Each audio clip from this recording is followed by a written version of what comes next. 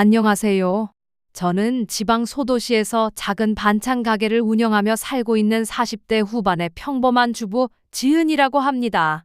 살다 보면 드라마보다 더 드라마 같은 일이 일어난다고 하죠. 저에게 지난달 벌어졌던 일이 딱 그랬습니다. 피를 나눈 형제가 돈 앞에서 얼마나 추악해질 수 있는지, 그리고 부모님의 사랑이 얼마나 깊고 무서운지 뼈저리게 느꼈거든요. 사건의 발단은 아버지의 장례식이 끝난 바로 다음 날이었습니다. 아직 사무제도 지내지 않은 상태였어요. 저는 몸살이 나서 아버지의 빈 방에 누워 있었는데 거실에서 쿵쿵거리는 발소리와 함께 고함이 들렸습니다. 야, 유지은, 너 자냐? 지금 잠이 와? 친오빠 상훈이었습니다. 옆에는 올케 미경이 팔짱을 낀 채 싸늘한 눈으로 저를 내려다보고 있었죠. 오빠, 아빠 가신 지 이제 하루 지났어. 꼭 지금 이래야 해. 제가 힘겹게 몸을 일으키자마자 오빠는 식탁 위에 서류 봉투 하나를 거칠게 던졌습니다. 감성팔이 그만하고 도장 찍어. 아버지 명의로 된 이 집 그리고 시골에 있는 땅. 장남인 내가 상속받는 걸로 서류 다 꾸며왔으니까 넌 인감만 찍으면 돼. 기가 막혔습니다. 지난 5년 동안 아버지가 치매로 벽에 변을 칠하고 밤마다 소리를 지르실 때 오빠는 코빼기도 비치지 않았거든요. 전화 한 통 없던 사람이 장례식장 부조금 정산이 끝나자마자 유산부터 챙기러 온 겁니다. 오빠, 양심이 있으면 이러면 안 되지. 5년이야. 나 혼자 아빠 병수발 다 들었어. 오빠는 명절 때도 바쁘다고 안 왔잖아. 야, 누가 너더러 모시래? 내가 갈 데 없어서 이 집 들어와 산 거잖아. 그러니까 밥값 했다고 쳐. 그때 올케가 거들더군요. 아가씨, 형님 말씀 틀린 거 없잖아요. 원래 재산은 장남이 모시는 거고 유산도 장남이 받는 게 우리 집 법도예요. 아가씨는 출가 외인이잖아요. 가슴이 찢어지는 것 같았습니다. 돈이 문제가 아니라 아버지의 죽음을 슬퍼할 겨를도 없이 돈 계산만 하는 이 사람들이 내 가족이라는 게 끔찍했습니다. 하지만 그때까지만 해도 저는 몰랐습니다. 아버지가 이 모든 상황을 예견하고 기막힌 반전을 준비해 두셨다는 사실을요. 시간을 5년 전으로 돌려보겠습니다. 어머니가 갑작스럽게 돌아가시고 충격을 받으신 아버지는 급격히 무너지셨습니다. 처음엔 건망증인 줄 알았는데 어느 날 가스불을 켜놓고 나가시는 바람에 집에 불이 날 뻔했죠. 병원 진단은 알츠하이머였습니다. 당시 저는 남편과 사별하고 작은 월세방에서 근근히 살고 있었습니다. 오빠는 서울에서 번듯한 대기업에 다니며 아파트 평수를 늘려가고 있었고요. 오빠, 아빠 혼자 두면 큰일 나. 요양병원 모시거나 누군가 옆에 있어야 해. 제 전화에 오빠는 딱 잘라 말했습니다. 요양병원은 무슨 돈으로 보내? 아버지 연금 쥐꼬리만 한 거 알잖아. 내가 형편도 어렵고 혼자니까 들어가서 살아. 생활비는 내가 매달 30만 원씩 보내줄게. 30만 원. 치매 환자 기저귀 값도 안 되는 돈이었습니다. 하지만 저는 아버지를 요양원에 보낼 수 없어 짐을 싸서 본가로 들어왔습니다. 그때부터 지옥이 시작되었습니다. 아버지는 밤낮이 바뀌어 새벽마다 노래를 부르셨고 저를 도둑년이라며 빗자루로 때리기도 하셨습니다. 내 돈 내놔. 이 도둑년아. 내가 내 통장 훔쳐갔지? 맞아서 멍이 든 팔을 부여잡고 화장실에서 수건을 입에 물고 울었던 날이 며칠인지 모릅니다. 그래도 정신이 돌아오는 잠깐의 순간 아버지는 제 손을 잡고 우셨습니다. 지은아, 미안하다. 내가 죽어야 하는데 우리 이쁜 딸 고생만 시키고 그 눈물 때문에 저는 도망칠 수가 없었습니다. 하지만 오빠는 달랐습니다. 아버지 좀 어떠셔? 라는 전화는 1년에 한두 번이 전부였고 명절에도 차가 막힌다. 애들 학원 때문에 못 간다며 오지 않았습니다. 심지어 아버지가 위독하셔서 응급실에 실려갔을 때도 야, 내가 간다고 뭐 달라지냐? 의사가 알아서 하겠지. 나 내일 골프 약속 있어서 못 가. 라며 전화를 끊어버렸습니다. 그렇게 5년을 버텼습니다. 아버지가 마지막 숨을 거두시던 날 제 손을 꼭 잡고 남기신 마지막 말은 고맙다. 그리고 저 서랍이었습니다. 말을 다 잊지 못하고 눈을 감으셨죠. 저는 그게 무슨 뜻인지 몰랐습니다. 다시 장례식 다음 날 거실로 돌아옵니다. 오빠와 올케가 윽박 지르고 있을 때 초인종이 울렸습니다.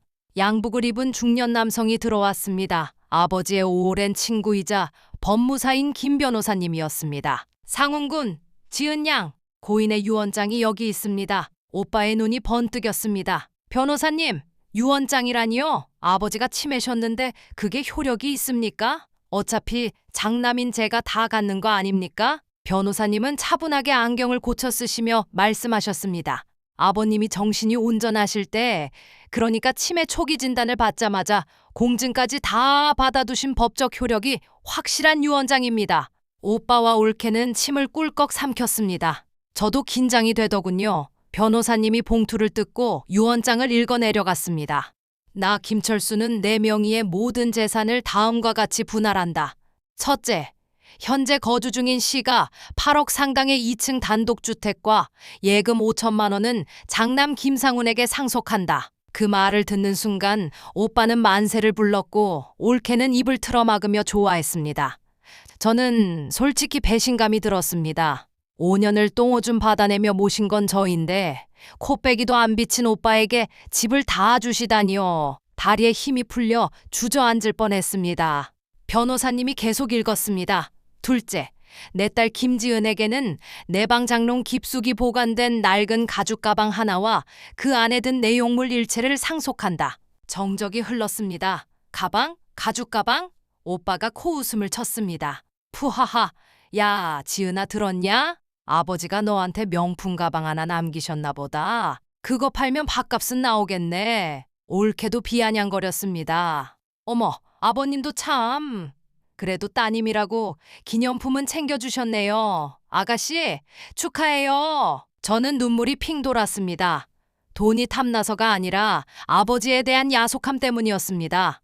아빠, 저한테 왜 그러셨어요? 제가 그렇게 미우셨나요? 속으로 얼마나 원망했는지 모릅니다. 변호사님은 덤덤하게 서류 정리를 마치고 저에게 열쇠 하나를 건네주셨습니다. 지은 양, 이게 그 장롱 열쇠입니다. 아버님이 꼭 전해달라고 하셨습니다. 변호사님이 돌아가자마자 오빠 부부는 태도가 돌변했습니다. 야, 들었지? 이 집 이제 내 거야. 너 당장 방 빼. 우리 이거 팔고 강남 쪽 아파트로 갈아탈 거야. 오빠, 당장 갈 데가 어디 있어? 일주일만이라도 시간을 줘. 일주일은 무슨, 찜질방을 가든 여관을 가든 알아서 해. 내일 부동산에서 사람들 오기로 했으니까 짐 다 내놔. 결국 저는 쫓겨나듯 짐을 싸야 했습니다. 아버지 방에 들어가 장롱을 열었습니다. 깊숙한 곳에 먼지 쌓인 낡은 갈색 가죽 가방이 하나 있더군요. 아버지가 젊은 시절 출장 다니실 때 쓰시던 그 가방이었습니다. 가방은 묵직했습니다. 혹시 금덩이라도 들어있나? 일말의 기대를 안고 가방을 열었습니다. 하지만 그 안에는 쾌쾌한 냄새가 나는 낡은 공책 수십 권과 빛바랜 차용증 뭉치가 들어있을 뿐이었습니다. 내용을 살펴보니 기가 막혔습니다. 1998년 김 씨에게 500만 원 대여, 2002년 박 씨 수술비 지원 1,000만 원. 수십 년 전부터 아버지가 남들에게 빌려준 돈 혹은 떼인 돈의 기록들이었습니다. 오빠가 곁눈질로 보더니 배를 잡고 웃더군요. 크하하, 야, 아버지가 너한테 빚쟁이 장부를 물려주셨네? 그거 들고 다니면서 돈 받으러 다니라는 건가 봐. 아이고, 효년하셨네. 열심히 수금해봐라. 저는 너무나 비참해서 가방을 들고 그 집을 뛰쳐나왔습니다. 갈 곳이 없어 근처 모텔 달방을 잡고 가방을 끌어안고 펑펑 울었습니다. 아버지가 원망스럽고 오빠가 죽도록 미웠습니다. 그날 밤 꿈에 아버지가 나타나셨습니다. 아무 말씀 없이 그 가방을 손가락으로 가리키며 환하게 웃으시더군요. 지하철과 버스를 갈아타고 도착한 곳은 의외로 꽤 큰 중소기업 공장이었습니다.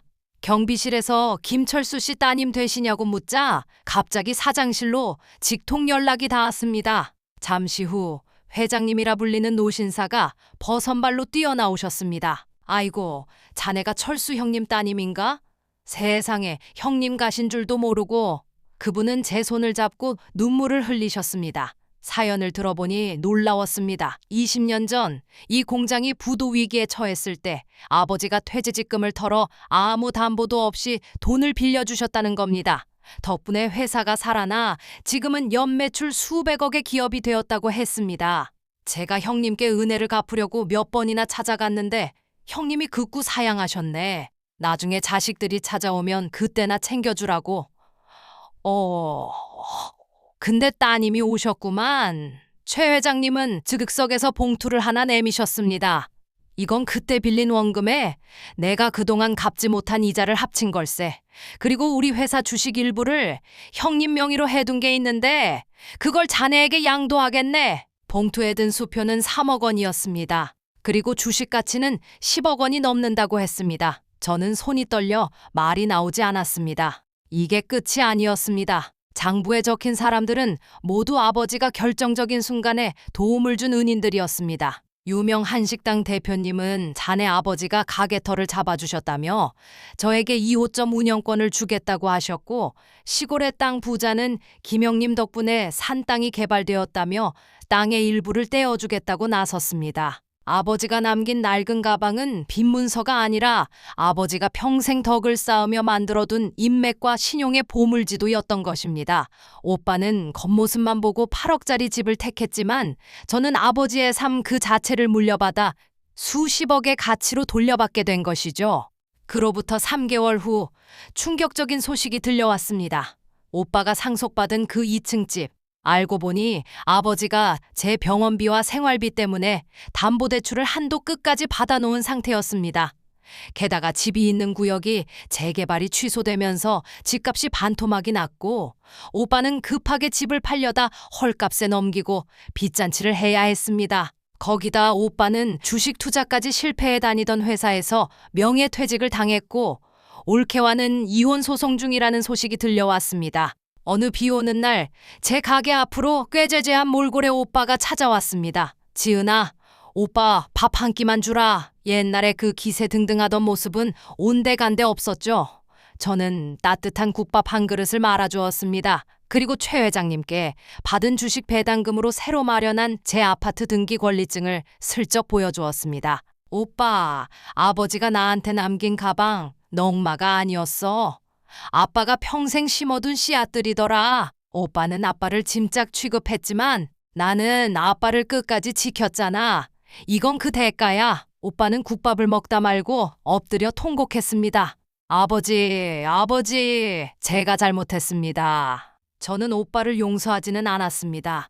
빚을 갚아주지도 않았습니다.